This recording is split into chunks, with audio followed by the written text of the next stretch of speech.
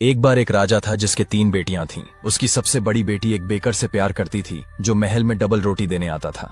वह बेकर भी उसको बहुत प्यार करता था, पर वह उसका हाथ राजा से कैसे मांगे। सो वह राजा के जादूगर के पास गया और उसको अपनी हालत बताई। जादूगर बोला, क्या तुम्हारा दिमाग खराब हो गया है? एक बेकर एक राजा की बेटी से प्यार करे? अगर राजा को पता चल गया तो बस तुम्हारा भगवान ही मालिक है। जब बेकर जिद करता रहा तो उससे बचने के लिए जादूगर बोला, ठीक है, मैं राजा साहब से बात करूंगा, पर मेरी बात याद रखना कि इस सब से कुछ अच्छा नहीं होने वाला। उसके बाद जादूगर किसी अच्छे दिन की तलाश करता रहा और एक दिन अच्छा दिन देखकर, जिस दिन राजा अपने अच्छे मूड में था, राजा से बोला, सरकार, अगर आप इजाजत दें तो मैं आपसे कुछ कहना चाहता हूँ। आप वायदा करें कि आप मुझसे नाराज नहीं होंगे। राजा बोला, बोलो बोलो, मैं तुमसे बिल्कुल नाराज नहीं होऊंगा। और जादूगर ने बेकर की बात राजा से कह दी। यह सुनकर राजा का चेहरा गुस्से से पीला पड़ गया। वह बोला, तुम ये सब मुझसे कहने की हिम्मत भी कैसे कर सकते हो? चौकीदार, ले जाओ इस जादूगर को।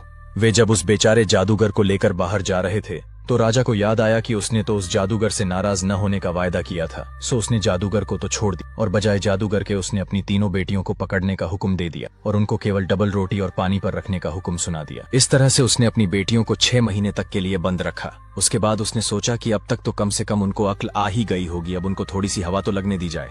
सो उसने उनको एक बंद गाड़ी में नौकरों के साथ एक बड़ी सी सड़क पर घूमने के लिए भेज दिया। जब गाड़ी आधे रास्ते पहुंची तो सड़क पर अचानक ही घना कोहरा छा गया। उस कोहरे में से एक जादूगर निकला। उसने गाड़ी का दरवाजा खोला, तीनों लड़कियों को बाहर निकाला और अपने साथ लेकर भाग गया। जब कोहरा छटा तो नौकरों ने देखा कि तीनों राजकुमारियां तो वहां से गायब थीं और गाड़ी खाली पड़ी थी। उन्होंने इधर उधर बहुत पुकारा, बहुत ढूंढा, पर उन राजकुमारियों का कहीं पता नहीं चला। वे बेचारे खाली गाड़ी लेकर वापस महल चले आए। अब जब यह बात राजा को पता चली तो वह बहुत ही दुखी हुआ और उसने पूरे राज्य में यह घोषणा कर दी कि जो भी मेरी तीनों लड़कियों को ढूंढ कर लाएगा वह उन तीनों लड़कियों में से किसी एक से उसकी शादी कर देगा और उसको खूब सारा धन भी देगा। उसी दिन बेकर को भी महल से उसी समय निकाल दिया गया था, क्योंकि सभी का शक कहीं न कहीं उसी पर था। महल से निकाले जाने के बाद वह अपने 2 दोस्तों के साथ दुनिया की यात्रा पर निकल पड़ा था। एक शाम को एक जंगल में उन्होंने देखा कि एक घर में रोशनी हो रही था। उन्होंने उस महल का दरवाजा खटखटाया तो वह तो पहले से ही खुला था। सो वह दरवाजा पूरा का पूरा बिना किसी कोशिश के ही खुल गया। वे लोग महल के अंदर चले गए और सीढ़ियों पर चढ़ गए, पर उनको कहीं कोई दिखाई नहीं दिया। वहां 3 आदमियों के खाने के लिए एक मेज सजी रखी थी, उस पर खाना लगा रखा था। वे उस मेज पर बैठ गए और वहां उन्होंने पेट भरकर खाना खाया। उनको वहां 3 सोने के कमरे भी दिखाई दे गए जिनमें 3 बिस्तर लगे हुए थे। सो वे जाकर उन पर सो भी गए। सुबह जब वे लोग सोकर उठे तो उन्होंने देखा कि उनके बिस्तरों के पास 3 बंदूकें रखी हैं। रसोई घर में खाने का सामान रखा है, पर वह अभी तक पकाया नहीं गया है। सो उन लोगों ने सोचा कि 2 लोग तो शिकार पर जाएं और एक आदमी घर में रहकर खाना बनाए। बेकर उन दोनों में से एक था जिनको शिकार पर जाना था। सो 2 दोस्त शिकार पर चले गए और एक दोस्त घर में खाना बनाने के लिए रह गया। जो आदमी घर में खाना बनाने के लिए रह गया था वह रसोई घर में आग जलाने के लिए गया। जब वह आग जलाने की जगह कोयला रख रहा था तो उसकी चिमनी के ऊपर से एक सुनहरी गेंद उछलती हुई उसके पैरों के पास गिर पड़ी और आकर वहां रुक गई। उसने बहुत कोशिश की कि वह उसके रास्ते से हट जाए, पर वह उसके रास्ते से नहीं हटी। उसने उसे ठोकर भी मारी, पर फिर भी वह बार बार उसके पैरों के पास आकर ही रुक जाती थी। जितनी बार वह उसको ठोकर मारता, उस गेंद को वहां से हटाना चाहता, उसको वहां से हटाना उतना ही मुश्किल होता। आखिर उसने उसमें एक बहुत जोर की ठोकर मारी तो वह गेंद फट गई और उसमें से एक टेढ़ी मेढ़ी छड़ी लिए एक छोटा सा कुबड़ा निकल पड़ा। वह कुबड़ा बहुत ही छोटा था। वह उस आदमी के केवल घुटनों तक ही पहुंच रहा था, पर उस छोटे से कुबड़े ने उस आदमी को अपनी छोटी सी छड़ी से इतनी जोर से मारा कि वह आदमी जमीन पर गिर पड़ा, यहाँ तक कि उसकी एक टांग में घाव भी हो गया। उसके बाद वह कुबड़ा उस गेंद में घुस गया। गेंद बंद हो गई और चिमनी में से बाहर निकलकर गायब भी हो गई। अधमरा सा वह आदमी अपने हाथों और पैरों पर घिसटता हुआ अपने कमरे में आया और आकर अपने बिस्तर पर लेट गया। खाना पकाने के बारे में तो इस समय वह सोच भी नहीं सकता था। इसके अलावा क्योंकि वह एक नीच आदमी था, इसलिए अपने बारे में सोचने के अलावा वह कुछ और भी नहीं सोच सकता था। उसने सोचा, क्योंकि मेरी पिटाई हुई है इसलिए मेरे दोस्तों की पिटाई भी होनी चाहिए। सो जब उसके दोनों दोस्त शिकार से लौटे तो उन्होंने देखा कि शाम का खाना तैयार नहीं था और उनका दोस्त बिस्तर में पड़ा था। उन्होंने उससे पूछा कि क्या हुआ, तो वह बोला कि कोई खास बात नहीं, बस यहाँ के बुरे कोयले की वजह से उसको कुछ चक्कर सा आ गया था तो वह गिर गया। अगली सुबह वह ठीक हो गया और बेकर के साथ शिकार पर चला गया। अब बेकर का दूसरा दोस्त घर में रुक गया और जब वह आग जलाने के लिए गया तो पिछले दिन की तरह से उस दिन भी बाहर की तरफ से एक सुनहरी गेंद उछलती हुई आई और उसके पैरों के पास आकर रुक गई। उसने भी उस गेंद को अपनी ठोकर से मारकर बहुत दूर फेंकना चाहा, पर वह गेंद भी बार बार उसके पैरों के पास आकर रुक जाती थी। आखिर उसने भी बहुत जोर लगाकर उसको ठोकर मारी तो वह गेंद फट गई और उसमें से फिर वही छोटा कुबड़ा अपनी टेढ़ी मेढ़ी डंडी के साथ निकल आया और उस डंडी से उस दोस्त को इतना मारा कि वह भी अधमरा सा ही हो गया। वह भी वहां से उठकर अपने बिस्तर पर जा लेटा।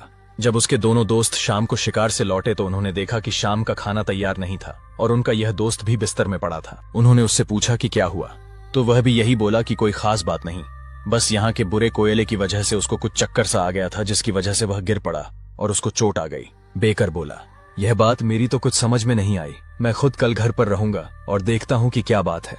पहले दोनों दोस्त बोले, हाँ हाँ, तुम भी रहकर देख लेना, तुमको भी ऐसे ही चक्कर आ जाएंगे।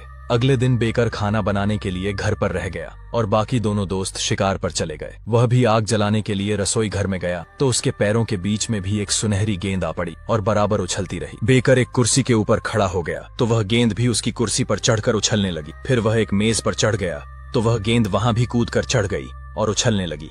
फिर उसने वह कुर्सी मेज पर रख ली और उस कुर्सी पर खड़े होकर शांति से एक मुर्गी के पंख नोचने लगा ताकि वह गेंद कुर्सी की टांगों के बीच में आराम से उछलती रहे। बहुत जल्दी ही वह गेंद उछलते उछलते थक गई और उसमें से वह छोटा सा कुबड़ा निकला। नौजवान, तुम मुझे अच्छे लगे। तुम्हारे दोस्तों ने तो मुझे ठोकर मारी जबकि तुमने नहीं। उनकी तो मैंने पिटाई की पर तुम्हारी मैं सहायता करूंगा। बेकर खुशी से बोला, बहुत अच्छा, तब अभी तो तुम खाना बनाने में मेरी सहायता करो। तुमने पहले ही मेरा काफी समय बर्बाद कर दिया है। जाओ पहले मेरे लिए लकड़ी लेकर आओ और फिर उसको पकड़ कर रखना जब तक मैं उसे काटता हूँ। वह कुबड़ा लकड़ी का एक लट्ठा ले आया और उस लट्ठे को सीधा रखने के लिए उस लट्ठे के ऊपर झुका और बेकर ने लकड़ी काटने के लिए अपनी कुल्हाड़ी उठाई। पर यह क्या, बेकर ने उस लट्ठे को काटने की बजाय वह कुल्हाड़ी उस कुबड़े की गर्दन पर चला दी। कुबड़े का सिर कटकर अलग गिर गया और वह मर गया। उसका शरीर उसने कुएं में डाल दिया। बेकर के दोस्त जब शिकार से वापस लौटे तो वह बोला, तुम बेचारे लोग, यह कोई खराब कोयले की बात नहीं थी। किसी की मार ने तुम लोगों को तकलीफ पहुंचाई थी। क्या उसने तुमको नहीं मारा? नहीं, एक बार भी नहीं, बल्कि उलटे मैंने उस कुबड़े का सिर काट डाला और उसका शरीर कुएं में फेंक। क्या तुम ठीक कह रहे हो? अगर तुम्हें मेरे ऊपर विश्वास नहीं हो रहा तो तुम मुझे कुएं में नीचे उतार दो, मैं तुम लोगों को वहां से उसको अभी निकाल कर ले आता हूँ। उन लोगों ने बेकर की कमर में एक रस्सी बांध दी और उसको कुएं में नीचे उतार दिया। कुएं में आधे रास्ते जाकर एक बहुत बड़ी खिड़की थी जिसमें से रोशनी बाहर आ रही थी। बेकर ने उस खिड़की में से झांका तो उसने देखा कि राजा की तीनों लड़कियां एक बंद कमरे में सिलाई और कढ़ाई कर रही थीं। राजा की लड़कियों को देखकर तो बेकर बहुत खुश हुआ। राजा की सबसे बड़ी बेटी ने उससे कहा, तुम अपनी जिंदगी चाहते हो तो यहाँ से भाग जाओ, अब जादूगर के आने का समय हो गया है। तुम रात को आना जब वह सो रहा हो, तब तुम आकर हम सबको आजाद करा देना। खुशी खुशी बेकर कुएं में और नीचे उतरने लगा और उसकी तली तक पहुंच गया। उसने उस कुबड़े का शरीर उठाया और उसको अपने दोस्तों को दिखाने के लिए उसको ऊपर ले आया। उसी रात उसके दोस्तों ने उसको एक तलवार के साथ कुएं में फिर से नीचे उतार दिया ताकि वह राजा की बेटियों को आजाद करा सके। वह उसी बड़ी खिड़की से अंदर घुस गया।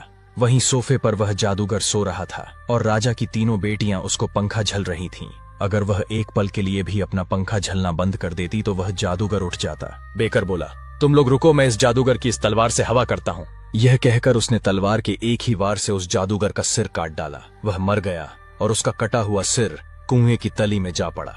राजा की बेटियों ने अलमारी की डॉवर खोली तो उनमें उनको बहुत सारे हीरे, नीलम और लाल भरे हुए मिल गए। बेकर ने उनको एक टोकरी में भर लिया और फिर उसे रस्सी से बांधकर अपने दोस्तों से कहकर उसे ऊपर खिंचवा दिया।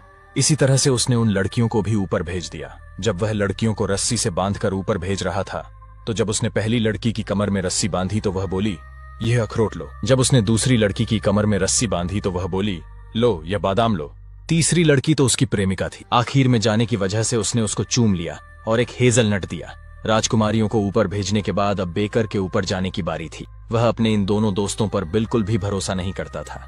उन्होंने उस कुबड़े के बारे में उससे छिपाकर पहले ही यह साबित कर दिया था कि वे भरोसा करने लायक नहीं थे। इसलिए उसने अपनी कमर में रस्सी बांधने की बजाय उसे उस सिर कटे जादूगर की कमर में बांध दिया। जब उसके दोस्तों ने उसको खींचा तो वह शरीर ऊपर और ऊपर चलता चला गया, लेकिन फिर अचानक धम्म से वह कुएं की तली में गिर पड़ा।